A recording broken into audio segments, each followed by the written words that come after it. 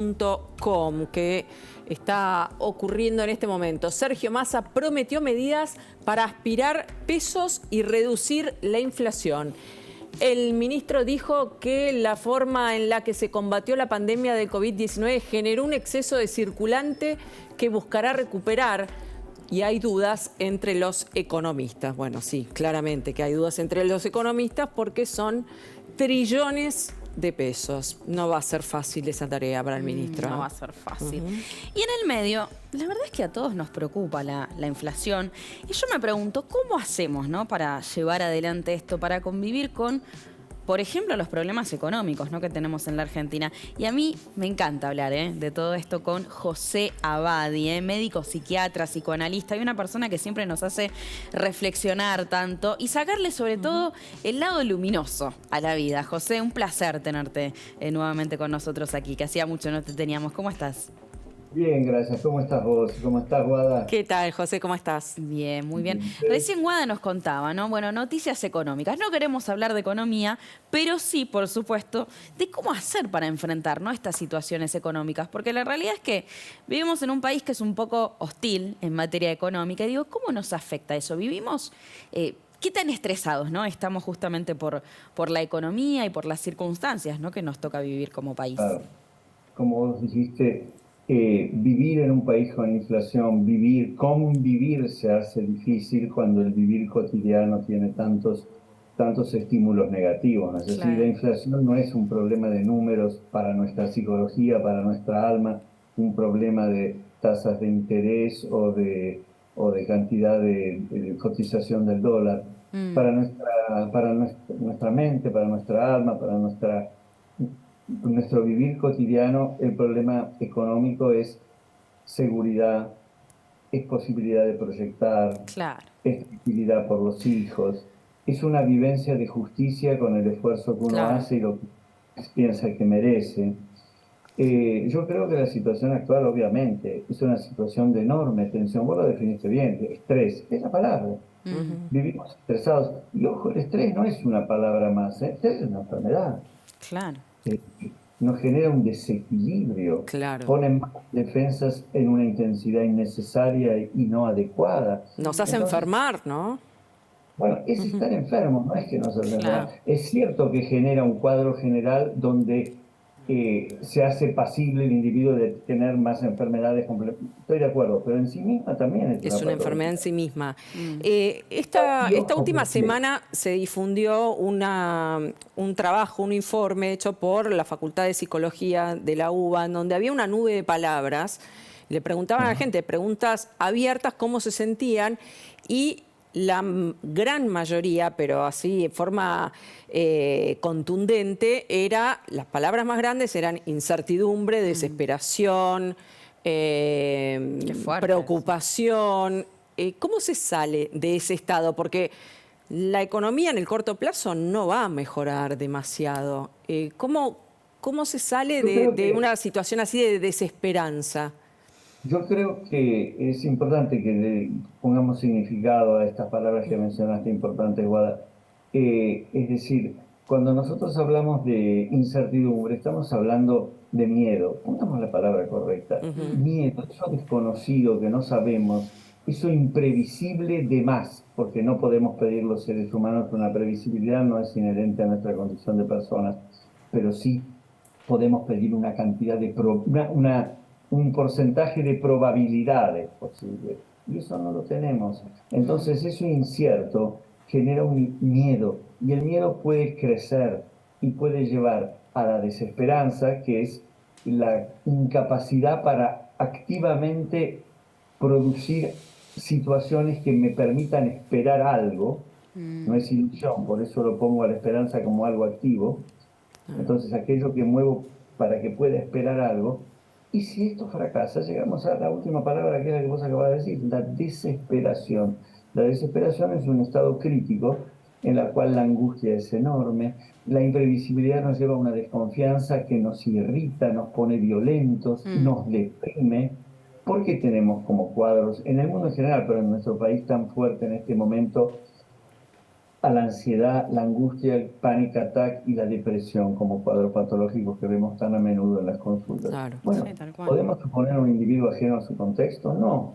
Y el contexto tiene que ver con inseguridad, incertidumbre, que como alguna vez lo charlamos juntos con ustedes en la Nación Más, yo lo llamo amenaza, el sentimiento equivocado pero inevitable de culpa que nos dan los padres con nuestros hijos. ¿Qué les dejo? ¿Dónde? Claro. ¿Cómo puedo solucionar y no lo logro el país que quiero que ellos puedan crecer y disfrutar? Y vos decís, ¿qué se hace?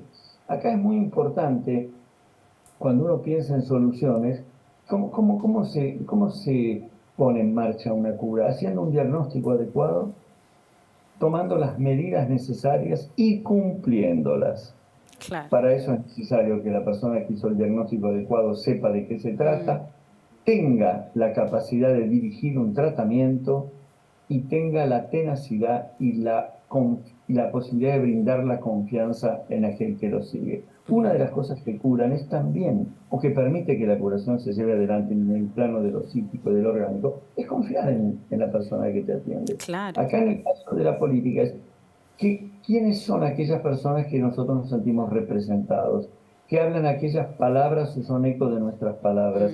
Que podemos depositar nuestra confianza porque pensamos que hay un interés suprapersonal, que hay un interés que tiene que ver con la vocación de hombre público y no ambiciones personales o intereses particulares. Bueno, mientras los argentinos sientan que los debates tienen que ver y las luchas por ver quién le gana a quién en el ámbito privado en el que se mueven y no respecto a esta totalidad que somos como país, y es difícil creer.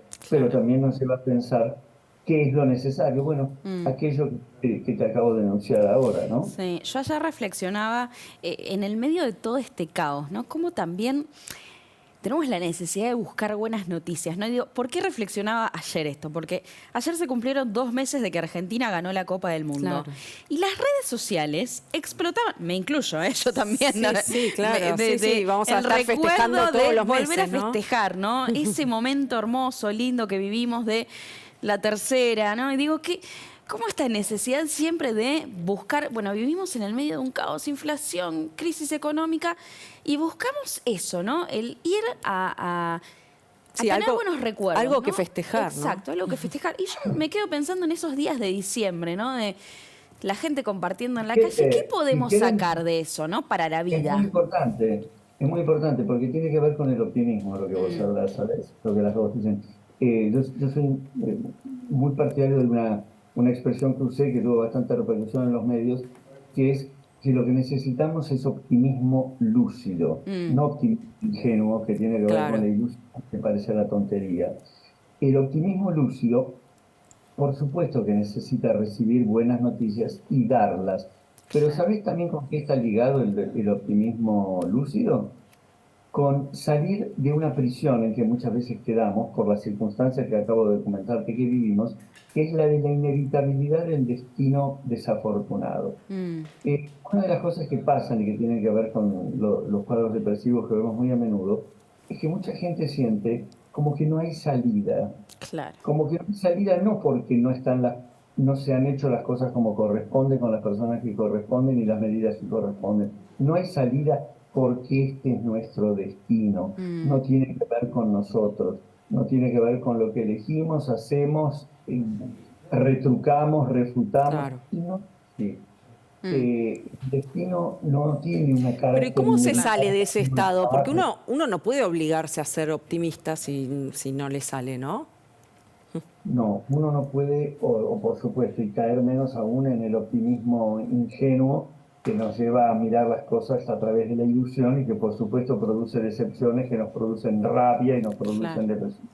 Pero uno puede saber que hay algo que se llama esfuerzo, se llama voluntad y se llama acompañamiento. Entonces, es bueno poner en marcha la búsqueda de entender qué es lo que ocurre de verdad, no de creer solamente lo que deseamos, sino de poder leer con mayor objetividad para poder diferenciar situaciones y opciones, reunirnos, acompañamiento con gente capaz, conformar proyectos y para esto llamar y convocar a aquellos que... Es decir, aunque sea al principio y parezca como que fuera en pequeños lugares o pequeños espacios o pequeñas huertas, pero ir empezando a crear situaciones en las cuales nosotros decidimos entender lo que ocurre a partir de lo que entendemos y buscamos exigir y también poner nuestro compromiso, porque ahí está nuestra interferencia y no el dar. Claro. A nosotros, obviamente, la situación económica, bueno, nos impacta, ¿no? Digo, vos hablabas recién de esas cosas que nos dan rabia, ¿no? Y cuando uno ve gente que no llega a fin de mes, y bueno, esas cosas obviamente, ¿no? Que dan rabia. Por eso me gustaría mostrarte esto, para que podamos analizar juntos también cómo hacer para tener un poco de optimismo, ¿no? Sobre todo para ver cómo enfrentar esta realidad, que es la cruda realidad. ¿Te parece? ¿Lo miramos juntos? ¿Cómo recuperar lo posible y no creer que lo que nos sucede forma parte de algún mandato claro. o de algo que escapa a nuestra responsabilidad, a nuestra acción y que es algo que hay que simplemente resignarse? Totalmente. ¿Lo miramos juntos y me das algunos consejos? Por supuesto. Dale, mira. Estamos en el barrio Alcorta, en Moreno. Acá, en esta zona, la crisis económica se siente fuerte y de hecho este cartel representa cómo han cambiado los hábitos de consumo. Mira, se vende mercadería fraccionada. Nosotros vendemos queso, por ejemplo, y antes se vendía medio kilo. Pero ¿cuánto estaba antes el medio kilo? Estaba mucho más barato. Ahora lo vendemos 100 los 100 gramos. Claro. Y la gente compra 50 pesos. Pero mira, esta bolsita, por ejemplo, a mí me sale mucha plata. Cuando me piden 50 pesos de queso, yo a veces no le quiero vender porque la ganancia del queso se me va en esto. Moreno es uno de los distritos más complicados del segundo cordón del conurbano específicamente. Tenemos 8 de cada 10 chicos que es pobre, tenemos aproximadamente una población de 700.000 habitantes. Esto, cuando nosotros decimos que la inflación impacta, es en estos distritos. Te van a contar que en vez de comprar 500 gramos de carne picada están comprando 200, o quizás por el volumen de plata van y dicen 200 pesos de carne. ¿Qué te llevas hoy? Me llevo 2 bifes. ¿Está bueno comprar así por fracciones? ¿Es más barato? Yo compro así, yo medio que vivo al día. Compro cada tanto alguna compra más grande que me dura una semana, pero después voy así, cada 2 días, un día, así la llevo. Los hábitos están muy cambiantes a lo que era tiempo atrás. Antes la gente venía y compraba por cantidad, ahora la mayoría compra para el día. O sea, compra lo justo que va a necesitar para el momento, para cocinar y así el resto de los días. ¿Qué es lo que más se suele llevar la gente así de manera fraccionada? Papa antes eran las ofertas o 1 kilo, ahora son 1 o 2 papas o lo justo. Media docena de huevos, 2 huevos. Esta es una lista que alguien me debe, ¿no? Llega a fin de mes y me debe, no sé, 20.000 pesos, ¿verdad? Pero ¿qué pasa? Cuando yo voy a comprar esos 20.000 pesos no me alcanza lo que él llevó. Porque lo que él llevó a 100 pesos, yo voy y lo compro a 150. Estos separadores salen una fortuna. Esto sale muy caro. Y encima de eso yo le vuelvo a poner en esto, papel de fiambre, ¿viste? Claro. Y si lleva muy poco ya no me sirve, la verdad. Claro. Porque se me va en la bolsita y en el cosito de papel. Ahora es más, tengo tanto y tengo que gastar tanto y ahí ya no puedo gastar más. Entonces se siente. Yo trabajo desde las 9 de la mañana hasta las 12 de la noche. Yo tengo clientes que cierran su horario de trabajo tipo 11 y moneda y recién vienen a comprar y gastan lo justo. Las ventas bajaron un montón, pero mucho, mucho, mucho, ¿eh? Yo le debo al mayorista, a veces no le pago todo. Hay días que vendo nada, 2.000 pesos, a veces menos, ¿viste? A veces no entra nada de plata. La verdad que estamos justitos, no lo niego. Tengo un nene de 2 años que muchas veces le quiero dar algo más, pero no puedo. La crisis económica, el tener que comprar por porciones, ni siquiera por gramos, ¿no? Tengo 200 pesos de esto y bueno, compro. No llega ni a cubrir los costos del papel, del separador del fiambre, o sea, es tremendo. ¿Qué te genera vos esto, José? Y sobre todo, ¿qué nos dirías, no? A nosotros y bueno, y a toda la Argentina, ¿no? Que atraviesa esta situación difícil para poder ir para adelante. Un concepto que nos salta enseguida cuando vemos esto, que es pérdida. ¿De qué están hablando? Pérdida. ¿De qué estamos hablando nosotros? De pérdida. Cada vez tenemos menos, ¿qué quiere decir? Hemos perdido. Hemos perdido injustificadamente en el sentido de injustamente. Si preferimos, ¿qué sentimos allí? Que nos lo han sacado. Nos sentimos dañados, nos sentimos enojados, nos sentimos abusados. Es decir, estamos perdiendo algo injustamente que nos deja con menos, nos deja con ¿qué? Con un sentimiento de tristeza. Y es muy importante esto, ojo, porque la tristeza lleva a veces a darse por vencido. Claro. Eso impide esta iniciativa de tengamos un optimismo lúcido para poder, confianza mediante, reunirnos, tener normas compartidas que nos permitan tener un proyecto. Todo eso necesita de una estructura, ¿no? Y lo que nos viene, que es una angustia que enorme, ¿no? Cuando te dicen, esto alcanza para el día, ¿qué está implícita en esa frase? No sé si mañana voy a tener. Claro. Claro, y es muy fuerte eso. Y Wow. José, No saber si mañana voy a poder comprar la comida que quiero comprarle a mis hijos, a mí, si voy Es a un tener montón. para mandarlos al colegio. esta semana una- la portavoz dijo que en realidad no es que las cosas están tan mal en materia económica, sino que la gente está bien porque ellos lo ven en los números, pero que hay un clima reinante fomentado por los medios de comunicación de que todo está mal, entonces la gente se termina creyendo que está todo mal. ¿Es posible un fenómeno social así? Bueno, el sentido común nos indica que no puede ser, ¿no? ¿Se imaginan ustedes una población feliz, una población segura, una población que se siente respaldada, una población con proyectos, pero que tiene como influida por los medios de comunicación que tienen un poder gigantesco y casi omnipotente? Mal, ¿no? Están cada vez mejor y cada vez se sienten peor. Bueno, caso interesante para estudiar psiquiátrica y sociológicamente, ¿no? José, siempre un placer hablar con vos. Muchas gracias y te mandamos un fuerte abrazo. De acuerdo.